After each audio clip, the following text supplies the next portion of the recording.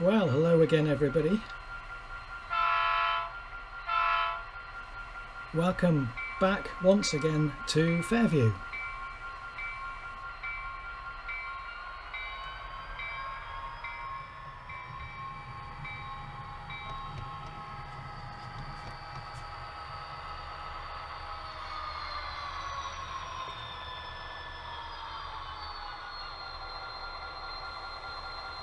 And before we get going with my latest update, I just want to start by saying a massive thank you to everybody who watched, who liked, and who then subscribed as a result of my 500 subscriber special that I put out just a couple of weeks ago. I really have been blown away by the response, by so many kind words from people right across the hobby. It's been really wonderful, so thanks ever so much. And in a sense it's a bit of a shame that we kind of come back down to earth with a bump now, because although I've put quite a lot of work into my Univar Chemicals plant in the last week or so, quite a lot of it was sort of slow, finicky little bits and bobs, which means that on the surface at least it doesn't kind of look like there's been too much progress. But anyway, we'll jump in and I'll show you some footage of the stages that went into Univar Chemicals Part 2.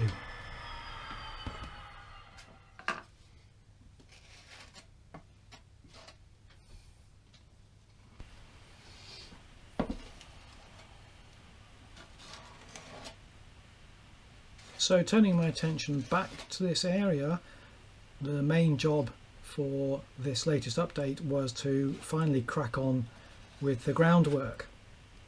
I briefly considered doing this with some kind of big sheet of plastic card to have an element of the track laid into the concrete and so on, but in the end, as you can see, I decided to go with the tried and tested method of polyfiller, walling compound spackle, I know it's called in the States, and that took quite a few goes just to get the area properly covered, mixing new batches, because in the end I went from a ready-made blend to powder after a while, then sort of having to come back over the whole area, sanding things smoother. I deliberately don't say smooth because it didn't seem to ever quite get fully smooth, but maybe that's okay, maybe that's natural. And each time doing some sanding, then there were bits that had to be kind of touched up and little patches put in again, so even that process took quite a few coats and quite a few sessions, trying to clear up the track work each time as well.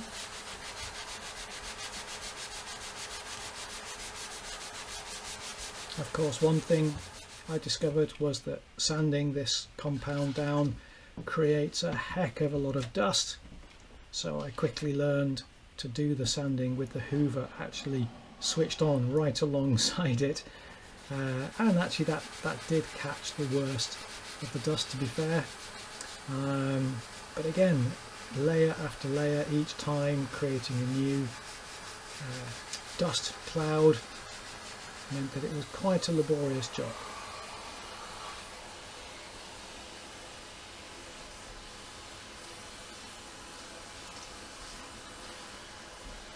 But we got there in the end, and once I had the main concreted area finished, I've decided in the end not to do concrete between the tracks. I think that's me being a bit of a chicken actually, but even so, I thought that what I'd do is have just dirt between the tracks apart from the specific loading and unloading points. So once all the polyfiller was in place and smoothed off and patched up and everything else, then it was time to give it all a good even coat of a warm concrete grey colour.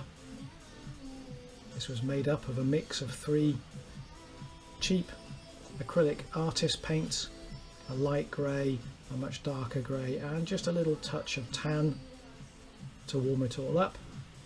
I noticed I had to water things down quite a lot because the polyfiller very quickly absorbs the moisture of the paint, and again that meant that sometimes I had to go back and touch up various areas,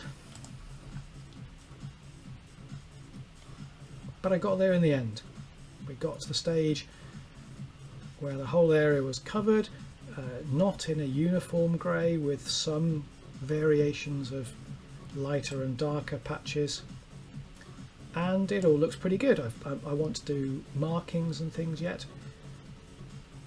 but once I had done some extra work, all off camera unfortunately, some extra work on all the ancillary buildings with weathering them and so on, I was able to drop them in place, and here's where we've got to.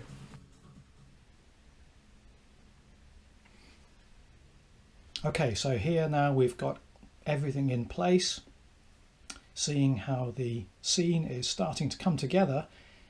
Not quite finished, but as you can see, we've got the main building now across the back of the module here.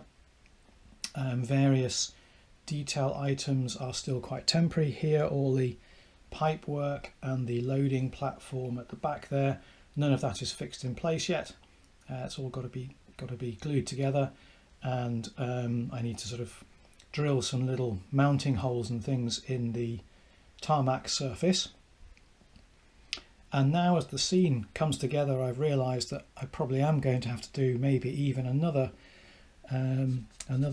coat of grey paint, and or I think a wash, an India ink and isopropyl alcohol wash, just to take away one or two areas where the colour hasn't quite taken. And the main thing of course still is this issue now of putting dirt and some kind of drain system into the tracks here. But overall it's now falling together quite nicely, I think. It's certainly beginning to shape up in the way that I was imagining the scene when I first started putting everything together.